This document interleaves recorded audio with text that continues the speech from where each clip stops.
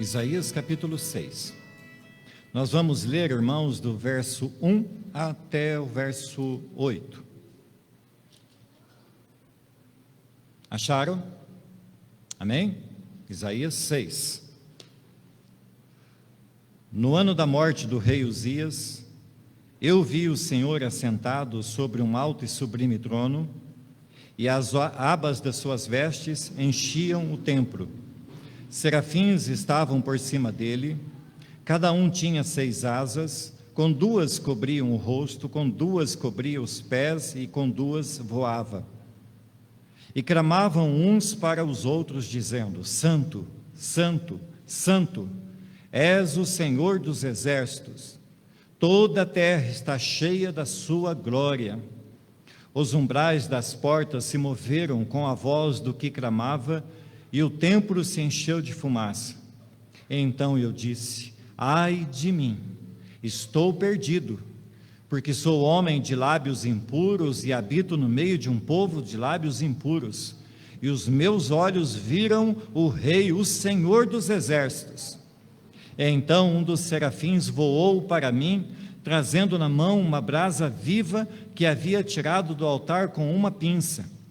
Com a brasa tocou a minha boca e disse: eis que esta brasa tocou os seus lábios, a sua iniquidade foi tirada e o seu pecado perdoado. Depois disto, ouvi a voz do Senhor que dizia: a quem enviarei? E a quem há de ir por nós? Eu respondi: eis-me aqui, envia-me a mim. Então ele disse: vá e diga a este povo: ouçam, ouçam, mas sem entender, vejam, vejam, mas sem perceber. Amém, até aqui está bom. Eterno Deus, diante da Tua palavra, Senhor Deus, eu me reduzo à minha insignificância, pedindo, Pai, que Tu me tomes como Teu instrumento nessa noite, ó Pai, que esta palavra alcance o meu e o coração dos meus irmãos aqui reunidos, daqueles que assistem pela internet.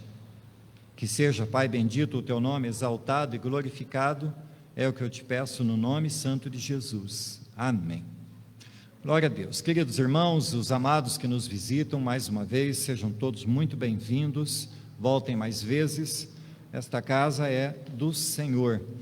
Mas indo aqui à palavra, irmãos, nessa noite eu gostaria e quero tratar com os irmãos sobre as adversidades que acontecem conosco ao longo da nossa vida, mas não só como as diversidades, mas como nós lidamos com as adversidades. Todos nós temos dificuldade para digerir algumas situações que fogem ao nosso controle. Situações de doenças, de morte, de acidente, de falta de dinheiro, de traições, de abandono, de abusos. E nós temos que aprender no Senhor a como lidar com isso. Nenhum de nós, por sermos cristãos, estamos isentos de passar por essas situações ou por outras. E por vezes, meus irmãos, nós temos ainda mais propensão ao sofrimento porque somos cristãos. Ser cristão, muitas vezes, traz sobre nós a maior possibilidade de passar por dias maus e dificuldades aqui nessa terra. Fazer parte do povo cristão é estar sendo constantemente provado. Somos passados pelo esmeril de Deus para que as nossas vidas sejam lixadas, até que todas as arestas sejam tiradas e venhamos a ter lisura emocional, física e espiritual. Deus, como o maestro do universo, o regente de nossas vidas, a todo tempo está nos passando pelo diapasão celestial e afinando cada um de nós para que individualmente sejamos um com Ele. Preste atenção, meus irmãos, Deus está nos afinando individualmente para que sejamos um com Ele, e estando afinados com o Senhor, tenhamos harmonia com toda a congregação. Deus trata com cada um de nós, para que nós, tratados na nossa individualidade, sejamos um com Ele, e harmonicamente vivamos com toda a congregação, com a igreja. E preste atenção na palavra que eu vou falar, no singular. Igreja, que é santa, adornada e imaculada. Por que eu digo preste atenção no singular? Porque você não está vivendo numa igreja que será. Quem não está apto a viver na igreja que é, nunca estará para viver na igreja que será. Nós vivemos na terra, na igreja que é santa, adornada, imaculada, escolhida por Deus, eleita por Deus, para vivermos harmonicamente como filhos de Deus, para um dia estarmos no céu. Lá no céu, na glória, seremos esse mesmo povo daqui, vivendo no céu, uma nova vida, transformados, santos, como o próprio Senhor. Mas, irmãos, superar momentos de grande dor e sofrimento nunca foi e não é fácil. Talvez seja da boca para fora. Não, eu tiro de letra, tira nada. Cada um de nós aqui sabe o quanto nós somos fracos. Mas todos nós sabemos que dentro de nós, muitas vezes, lá dentro, lá no mais profundo do nosso ser, mora escondido e se agarra nas nossas entranhas, muitas vezes, a mágoa, o rancor, o sofrimento, e estes nos causam dores, choros e lágrimas, tiram de nós o contentamento da vida e o prazer a nós causado pelas bênçãos de Deus e sobretudo pela salvação. Deixamos de nos alegrar nessa vida por causa de algumas dificuldades e esquecemos a bênção maior da alegria da salvação. Meus amados irmãos, ainda que estejamos ou venhamos a passar por sofrimentos, eles não durarão eternamente. Podem durar muitos anos e por vezes uma vida inteira. Todavia, diante da eternidade, todo sofrimento terreno se torna efêmero e divinamente superado pela graça de Deus.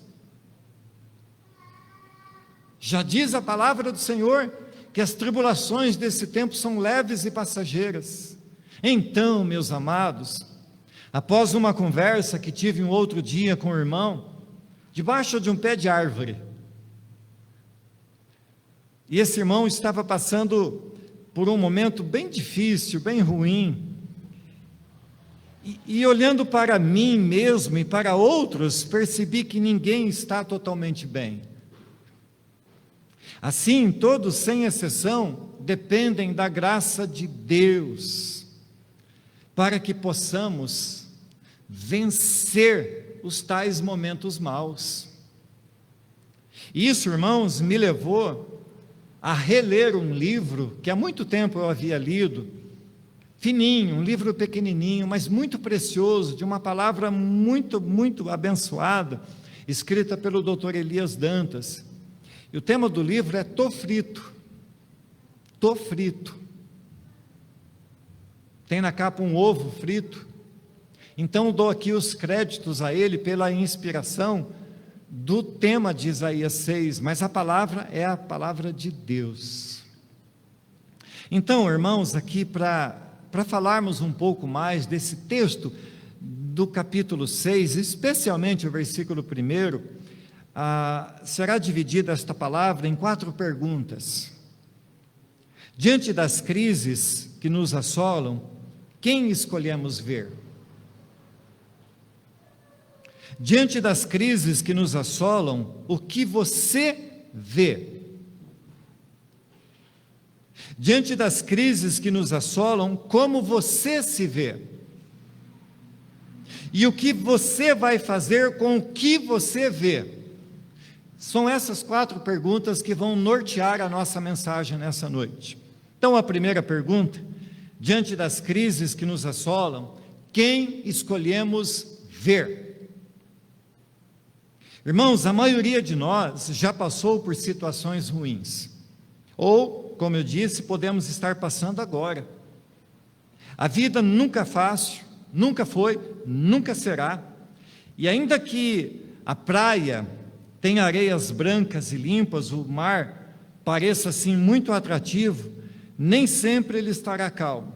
Haverão dias de tempestade e ondas bravias que nos causarão medo.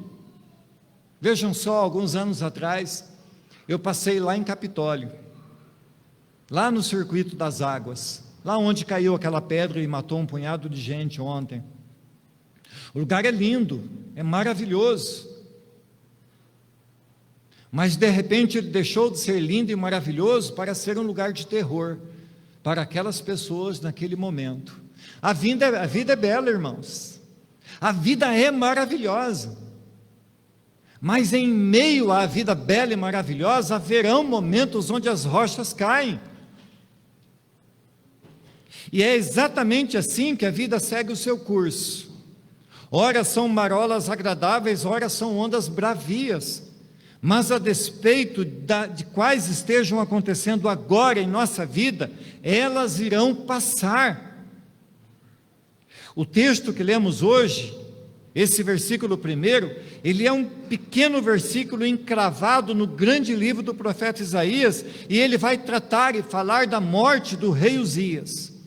O capítulo 6 deste livro pode nos ensinar, irmãos, muito sobre como agimos, como tratamos com as crises que acontecem nas mais diversas áreas das nossas vidas e momentos da nossa história. Me digam, irmãos queridos, você já pensou em fugir? Você já pensou em abandonar tudo num destes momentos de infortúnios pelos quais a vida te faz passar? E percebam, meus amados, que todos nós somos tentados o tempo todo a chutar o balde, a sair correndo para enfiar a cabeça num buraco, tomando para nós a síndrome de avestruz. Chegamos a passar noites inteiras com os olhos secos como areia, sendo massacrados pelos pensamentos a ponto de nós estarmos em conflito até mesmo com Deus. Digo por mim e creio que por vocês, que houve momentos já na nossa vida que nós chegamos a colocar Deus no canto da parede e dizer para Deus: mas por que isso? Nossa fé, irmãos, parece que não é mais real. Nós perdemos a nossa identidade cristã, desejamos até a morte para que, de alguma forma, toda dor e toda angústia cesse. Meus amados irmãos, esse texto do profeta Isaías vem nessa noite como um bálsamo trazer alívio para as nossas almas. Por isso eu escolhi esse texto em vez de uma mensagem expositiva nesse culto de ceia, para tratar com as nossas almas no começo deste ano. Nós estamos começando mais um ano em nossa história humana, e todos nós, tenho certeza, creio nisso, nós esperamos que esse 2022 seja melhor do que foi 2021, e nós devemos orar por isso e clamar a Deus sua graça sobre nós. Mas, irmãos, não devemos ser imaturos a ponto de pensar que não haverão momentos de infortúnio, que não passaremos por momentos ruins. Para que possamos entender bem o que estamos tratando nessa noite, nós vamos ver o texto do momento, entender esse texto e o contexto do momento em que Isaías solenemente vai dizer assim: no ano da morte do rei Uzias, eu vi o Senhor assentado sobre um alto e sublime trono, e as abas das suas vestes enchiam o templo. Irmãos, o rei Uzias, ele foi um bom governante. Ele assumiu o trono logo após a morte do seu pai, o rei Amazias, que havia sido um péssimo rei. Ele morreu sendo um mau rei. Mas Uzias, mesmo ele tendo começado a reinar, ainda muito jovem, ele tinha apenas 16 anos quando começou a reinar, e ele foi um bom rei, fez coisas boas, foi um rei que deu prosperidade ao seu povo. Ele governou por 52 anos, e a Bíblia vai dizer que ele fez o que era reto diante do Senhor. Mas, irmãos, quase ao final da sua vida, também ele teve um momento de presunção. Ele tentou, de forma inadvertida, assumir para si a função sacerdotal, indo lá ao templo e oferecendo incenso ao Senhor. E diante disso, Azarias, com mais 80 sacerdotes, chamaram sua atenção, se opuseram firmemente contra ele. Mas, devido à sua presunção, ele resistiu, se indignando contra os sacerdotes. Deus o puniu severamente, fazendo-o ficar leproso. Então, estando ele leproso, ele foi levado a um lugar de isolamento, e em seu lugar, em nome dele, ficou reinando Jotão, o seu filho. Alguns anos depois, o rei Uzias morre, e todo o povo então entra em crise. O que faremos agora que o nosso rei morreu? O que será do nosso futuro? O que será do nosso reino se o nosso rei morreu? Amada igreja, nós temos falado muitas vezes sobre Deus provar a igreja e o seu povo com dias de fartura. Deus, muitas vezes, nos prova nas bem-aventuranças. Eu quero lhes dizer que a igreja de Cristo sempre floresceu quando estava sendo perseguida.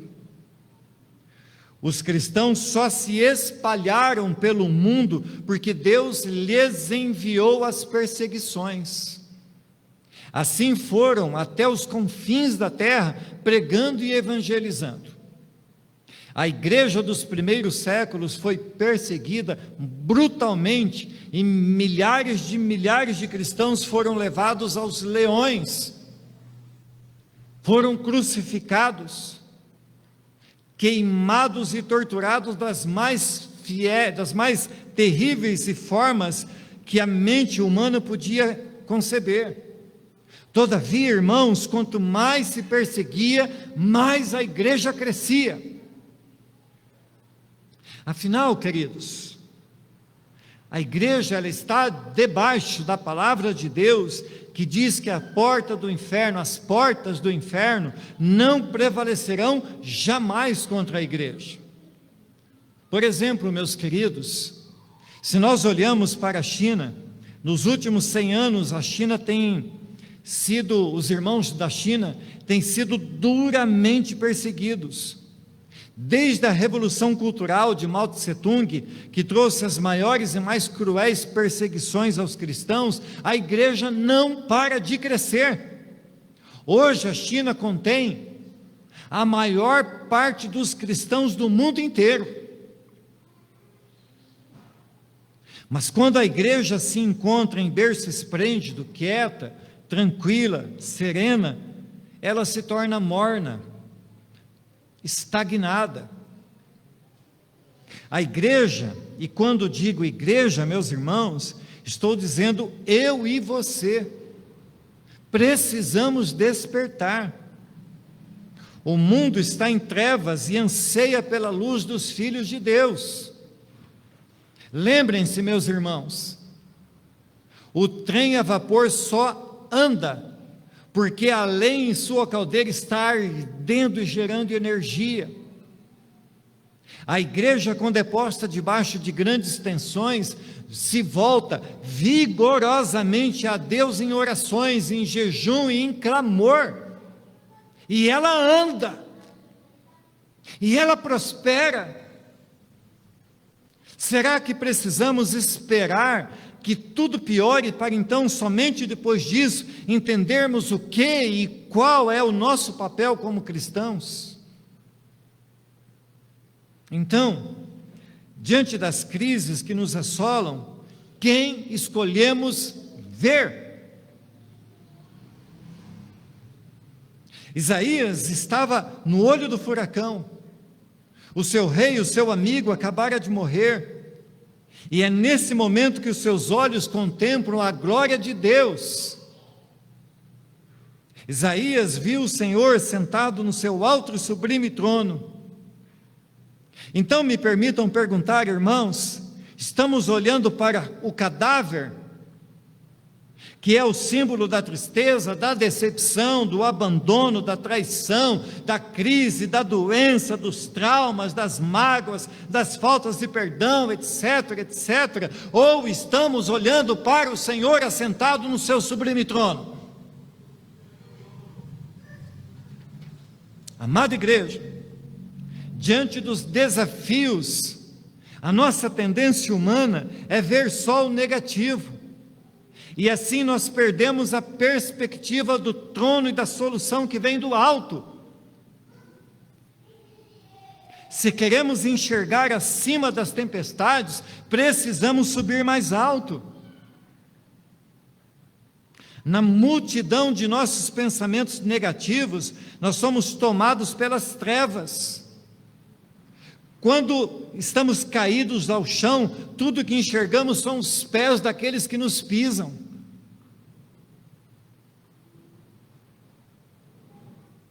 Mas quando somos tomados pelo braço do Eterno, de seu colo vislumbramos a saída, irmãos.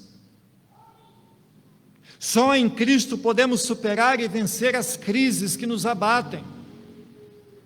Meus irmãos, há muitos anos atrás, eu passava por um momento de grande crise.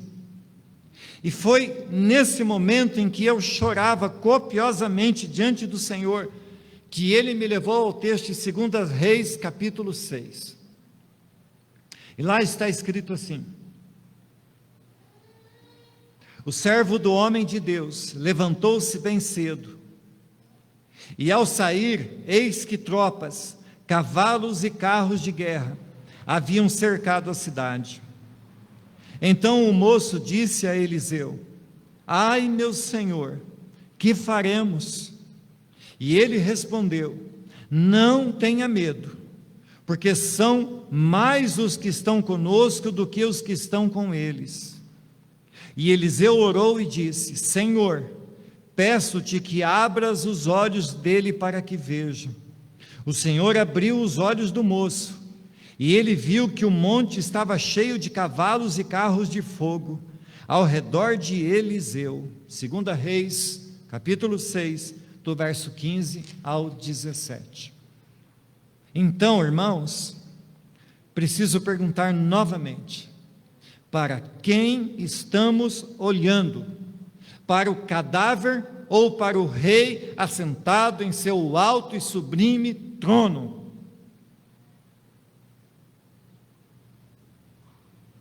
Segunda pergunta: diante das crises que nos assolam, o que você vê? Em determinado momento da vida do profeta Ezequiel, Deus o toma pela mão e o leva a um vale, e mostra para o profeta um campo cheio de ossos secos. Ali Deus logo lhe mostraria que sobre aqueles ossos sequíssimos, Ele traria vida. Então, amados irmãos, ou você ou nós ficamos parados, vendo um vale de ossos secos, ou reagimos à palavra de Deus e começamos a contemplar a glória do Senhor, fazendo florescer vida. Quando voltamos ao texto de Isaías, percebemos que ele escolheu deixar de contemplar o cadáver e passou a ver o Senhor. Então ele diz: as abas de suas vestes enchiam o templo. Ó, amada igreja, quando deixamos de ver somente aquilo que nos cerca e quer a todo custo nos fazer desistir e passamos a contemplar a glória do Eterno, percebemos que sua presença está em todo lugar. É Ele, é Deus que preenche cada canto, cada espaço de toda a terra. Nunca vos deixarei, prometeu o Senhor Jesus Cristo. Cristo, irmãos, Cristo é aquele que na sua morte matou a morte e na sua vida nos deu vida. Cristo é aquele que nos traz esperança, que vivifica a nossa vida. Então, meus amados irmãos, amadas irmãs, onde estão postos os nossos olhos? No Senhor ou no cadáver? E vejam, meus irmãos, se Davi tivesse olhado para o gigante, como olhavam os soldados do exército de Israel, ele jamais teria ido à luta, ele jamais teria vencido o gigante Golias. Nossas lutas são vencidas não por nossas habilidades, elas são vencidas no nome do Senhor dos Exércitos.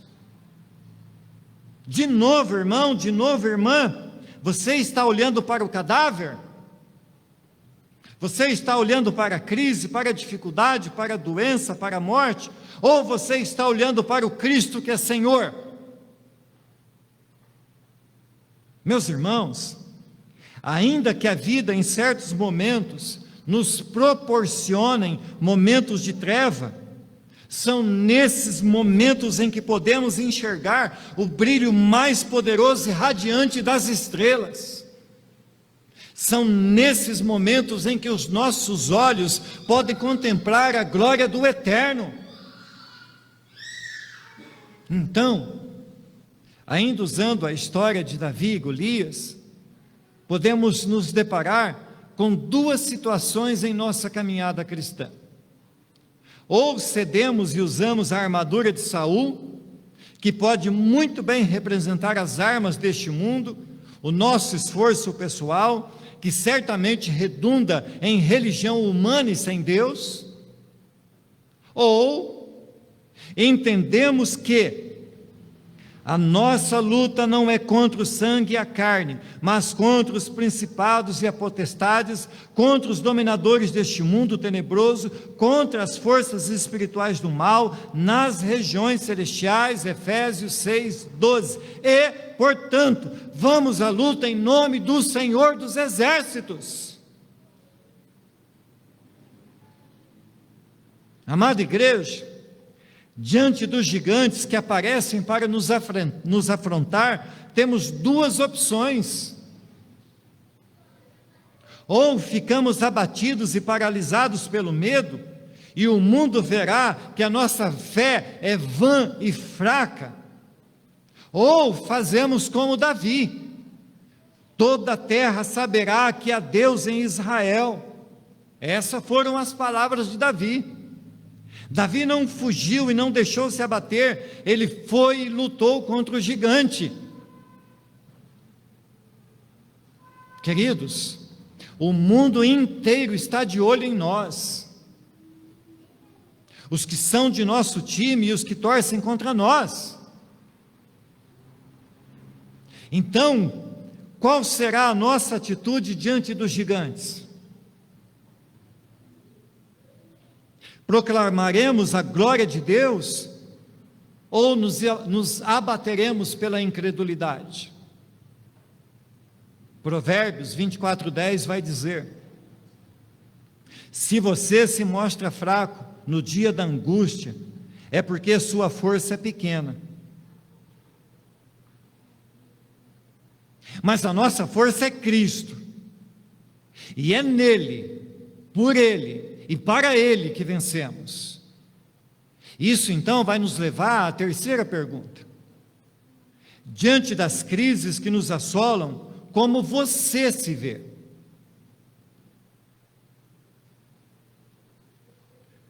Podemos então, irmãos, ter duas reações diante das crises que nos cercam. Ou somos tomados pelo desencorajamento, ou somos tomados pelo ânimo e corajosamente vamos em frente. A primeira reação do profeta Isaías, diante da morte do rei e da possível situação que se abateria sobre toda a nação, foi o desencorajamento. E rapidamente ele se sente deprimido e exclama diante do Senhor: ai de mim, estou perdido, porque sou homem de lábios impuros, habito no meio de um povo de impuros lábios, e os meus olhos viram o Rei, o Senhor dos exércitos.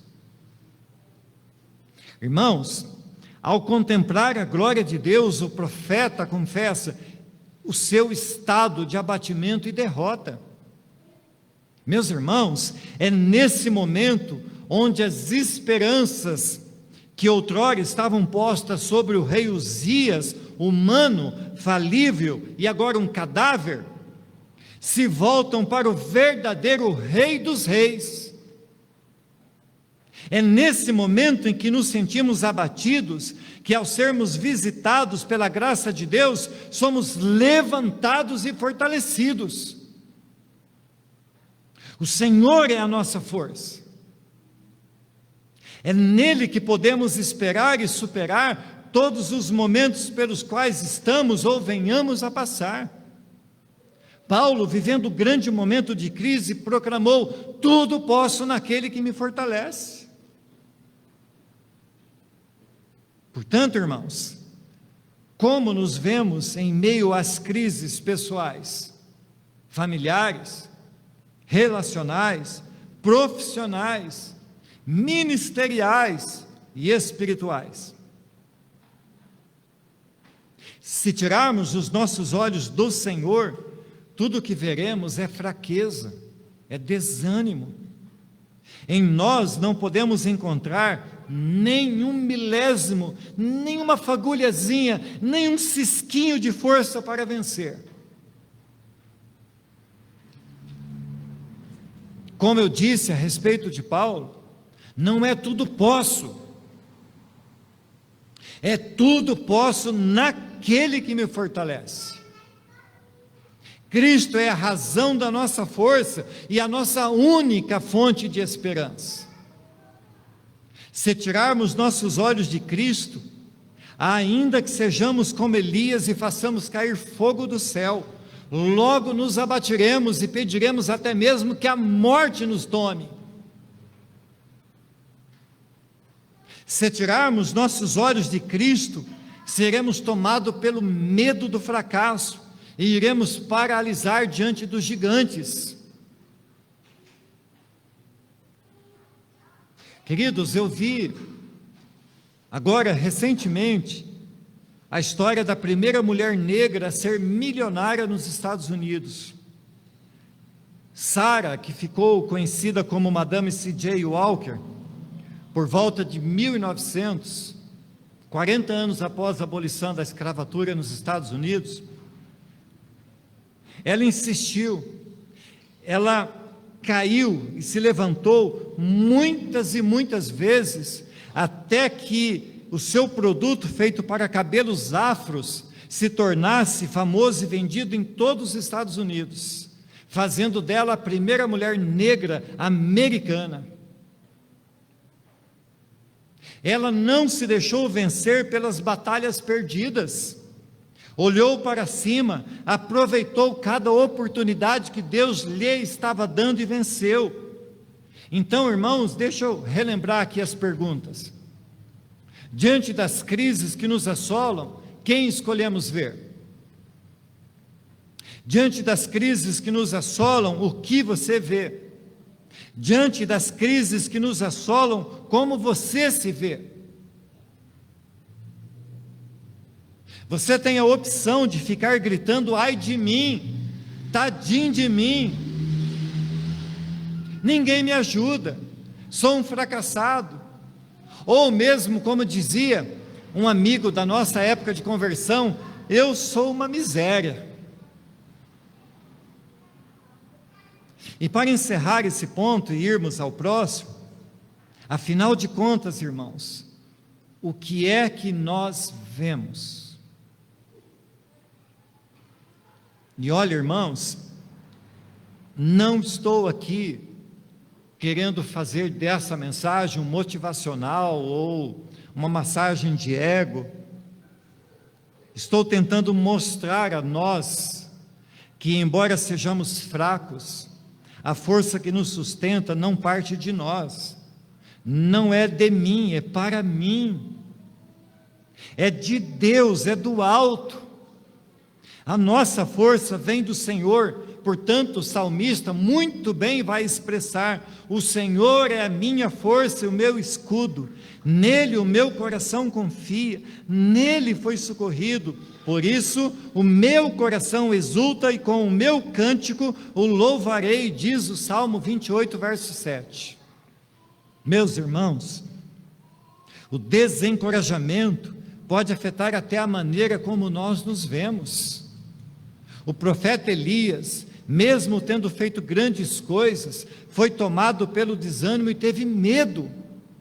Fugiu de tudo e fugiu de todos, e pediu a Deus que tirasse a sua vida. O desencorajamento pode nos fazer perder o senso de nossas responsabilidades. Elias entrou numa caverna e não queria saber de mais nada. Foi preciso que Deus fosse até ele e perguntasse: o que fazes aqui, Elias? O que fazes aqui, Rose? O que fazes aqui, Adriele? O que fazes aqui, Neto? O que fazes aqui, Creuza? O que fazes aqui, Igor? O que fazes aqui, Alisson? Deus, em algum momento da nossa vida, quando nós estivermos dentro das nossas cavernas de estimação, vai bater na nossa porta e vai falar: o que você está fazendo aí dentro? Queridos irmãos, Deus não nos criou para vivermos dentro de uma caverna. Muitas vezes fazemos de nossas mentes e corações cavernas muito profundas, e queremos nos esconder dentro delas. Ah, se não fosse Deus nos fazendo sair, o que seria de nós? O desencorajamento pode fazer com que venhamos a lançar a culpa do nosso desânimo sobre as outras pessoas. Elias disse a Deus que a culpa era do povo que tinha abandonado a aliança com ele, e derrubado os altares e matado os profetas, e só ele tinha ficado para enfrentar tudo sozinho. Queridos irmãos, não podemos lançar sobre os outros aquilo que é nossa responsabilidade. Não estamos sós. Deus tem preservado uma multidão de homens e mulheres no mundo inteiro para juntos proclamarmos a sua glória. Queridos, sempre teremos momentos em que nos sentiremos desencorajados. Esse sentimento sempre virá em alguma hora da nossa vida. Mas não podemos deixar que ele se estabeleça em nós.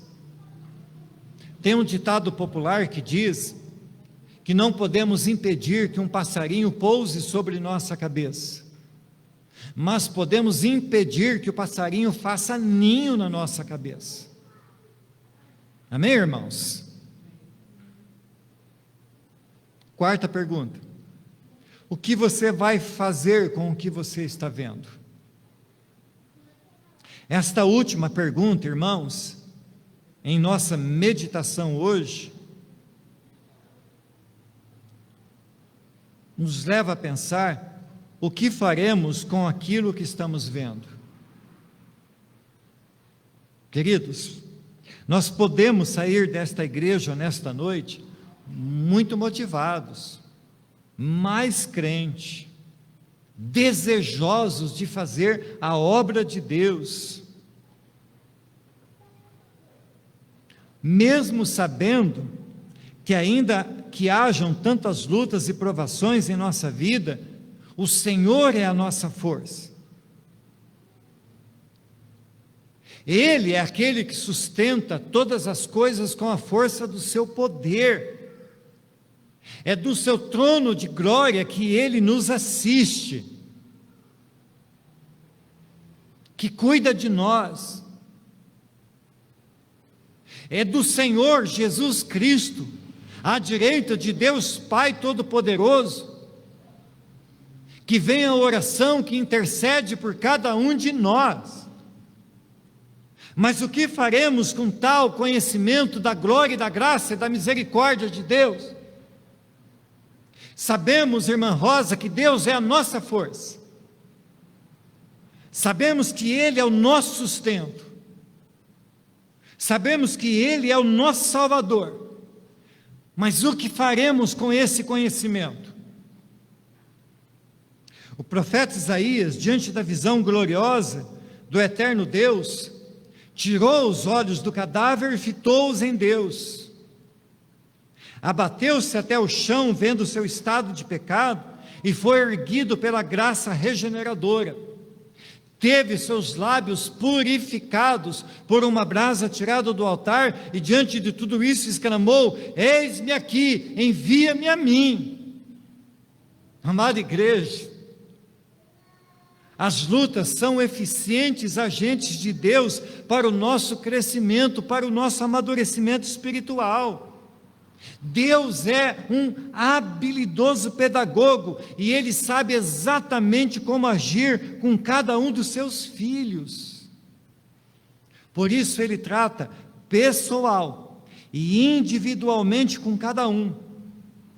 Mesmo que a crise atinja toda uma nação, todo um planeta, como é o caso aí do Covid, ainda assim, o tratamento é personalizado para cada filho.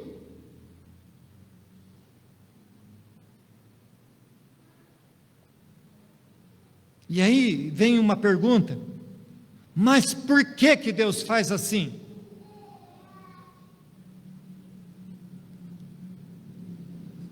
Por que Deus trabalha em nós, para trabalhar através de nós? Temos uma missão nesse mundo, irmãos, e aquilo que nos cabe fazer, nem os anjos farão. Devemos entender que Deus nos tem chamado para a sua glória. Ver a sua glória, contemplar a sua formosura e poder, não precisa exatamente ser como foi a experiência de Isaías. Mas a cada cântico de um pássaro, a cada flor de um jardim, em cada canção, em cada livramento que temos, em cada criança que nasce,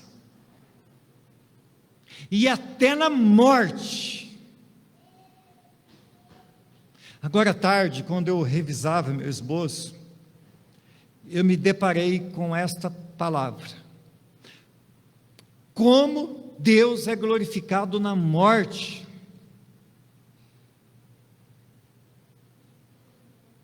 A Bíblia vai dizer, queridos, que Deus tem prazer na morte dos seus santos. Em cada santo, em cada filho de Deus que morre, há uma expressão de louvor a Deus, porque em cada santo que morre, Deus está proclamando que o Filho dele matou a morte, porque a morte não deteve aqueles que são de Deus. Deus se manifesta glorioso, queridos. Basta que estejamos dispostos a enxergar e reconhecer que tudo é para Ele. tudo é por Ele e tudo é por meio dEle. Eu creio que a nossa oração precisa ser: eis-me aqui, Senhor, envia-me a mim.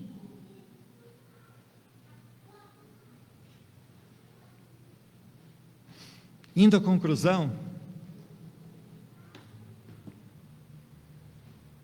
Isaías, num momento singular da sua vida, teve duas situações. Numa, ele viu o cadáver do seu rei morto, e na outra, o trono do rei exaltado. Seus olhos deixaram de contemplar a perda, a dor, a morte, o luto, a tristeza, o desencorajamento, e passaram a contemplar a glória do eterno Deus. Sua vida nunca mais foi a mesma. Seu ministério nunca mais foi o mesmo. Então, queridos, queridas,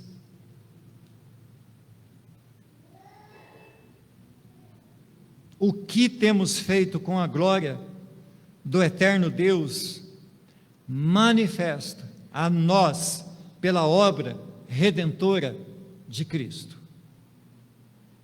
Vou repetir.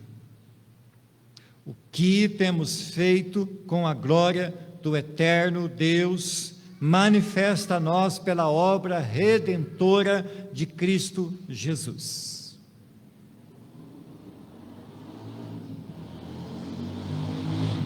Vejam, irmãos, as crises são grandes oportunidades de avançarmos e crescermos. As maiores invenções da tecnologia surgiram em momentos de crise. Foi no meio, por exemplo, foi no meio de uma grande crise que um homem pega uma bicicleta e transforma numa motocicleta. Assim surgiram as Hondas. É no meio de uma crise mundial em que homens conseguem, em poucos meses, desenvolver uma vacina para salvar a multidão de pessoas. As crises nos empurram.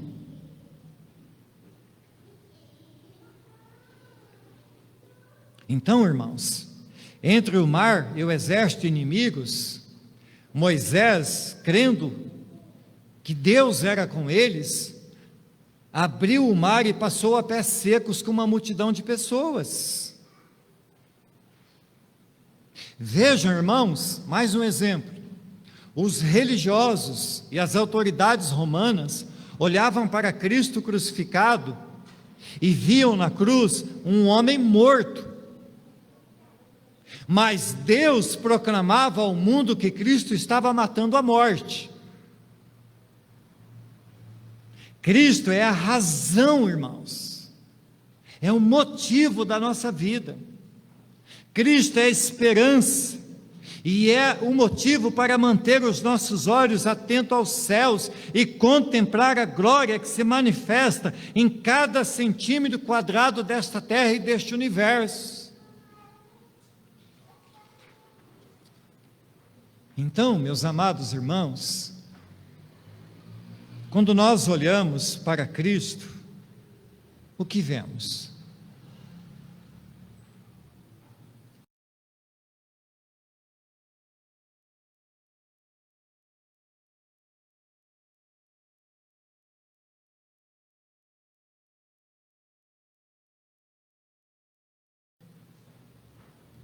Devemos realçar, olhando para Cristo, a nossa fé, a nossa esperança.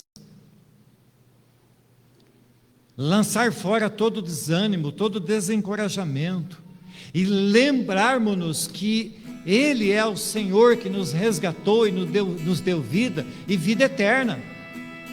Portanto, que saiamos aqui da igreja nessa noite, mais esperançosos, mais animados, mais espectadores, mais na expectativa de ver o que Deus fará nesse ano, porque os nossos olhos contemplam a glória do Altíssimo Deus. Amém, irmãos?